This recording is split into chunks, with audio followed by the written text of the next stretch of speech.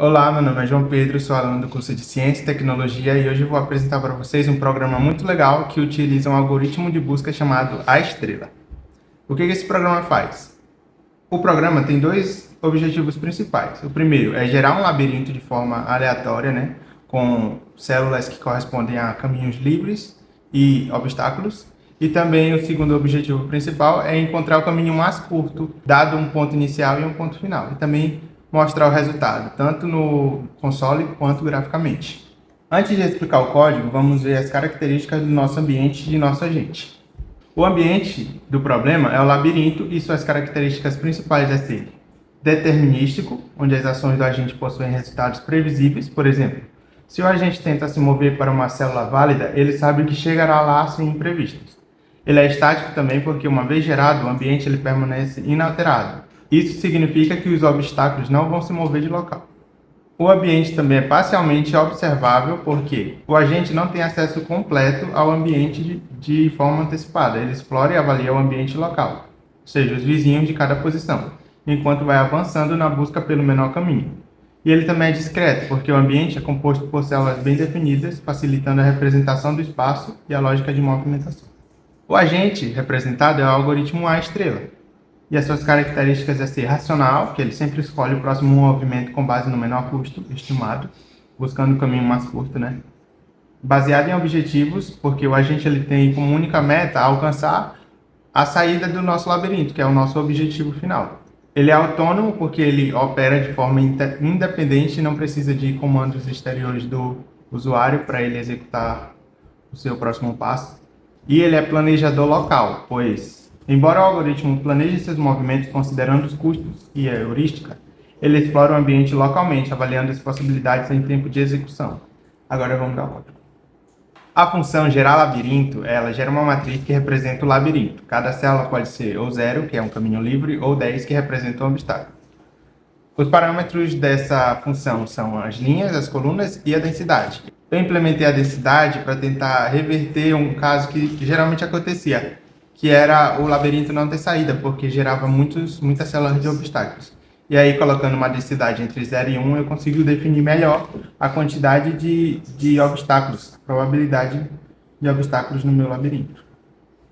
A função imprimir labirinto serve basicamente para imprimir o labirinto gerado no console, que serve para visualizar se o algoritmo está executando corretamente ou não, nos casos que ele não encontra o caminho. A função vizinhos identifica as células vizinhas válidas na posição dentro do labirinto. Os vizinhos válidos são as células que estão dentro dos limites do labirinto e também as células que não são obstáculos. Ele verifica 4 posições, em cima, embaixo, na esquerda e na direita. A função heurística calcula a distância estimada entre dois pontos utilizando a distância de Manhattan.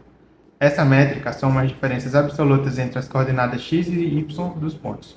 Por exemplo, se tivermos na célula 2 e 1, e o objetivo for a célula 5, 5, numa matriz 5 por 5, eu vou ter o módulo de 5 menos 2 mais 5 menos 1, que é igual a 3 mais 4, que é igual a 7. Então, a heurística, nesse caso, seria igual a 7.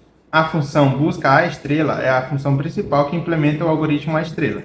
Criamos uma fila de prioridade usando a biblioteca reapq, onde o custo total ele determina a ordem de exploração dos pontos. Definimos estruturas auxiliares, que é o veio de, que é um dicionário que armazena o nó anterior para reconstruir o caminho depois. O custo G, que armazena o custo real para alcançar cada ponto. E o custo F, que armazena o custo total estimado. No caso, o F é igual a G mais H para cada ponto. Enquanto houver pontos na fila, escolhemos o ponto com o menor custo total F. E se esse ponto for o objetivo, nós reconstruímos o caminho percorrido. Caso contrário, nós exploramos os seus vizinhos válidos. Para cada vizinho, calculamos o custo real temporário. Se esse custo for menor do que qualquer custo já calculado para o vizinho, nós atualizamos o caminho para chegar até ele, que é o veio de. Nós atualizamos o custo G, que é o custo real, e o custo total, que é o custo F. Se encontrarmos o objetivo, nós retornamos o caminho reconstruído. Caso contrário, retornamos uma lista vazia indicando que não há solução. A função visualizar caminho, ela basicamente plota o nosso gráfico, a nossa matriz. Exibiu o labirinto graficamente usando a biblioteca Matplotlib.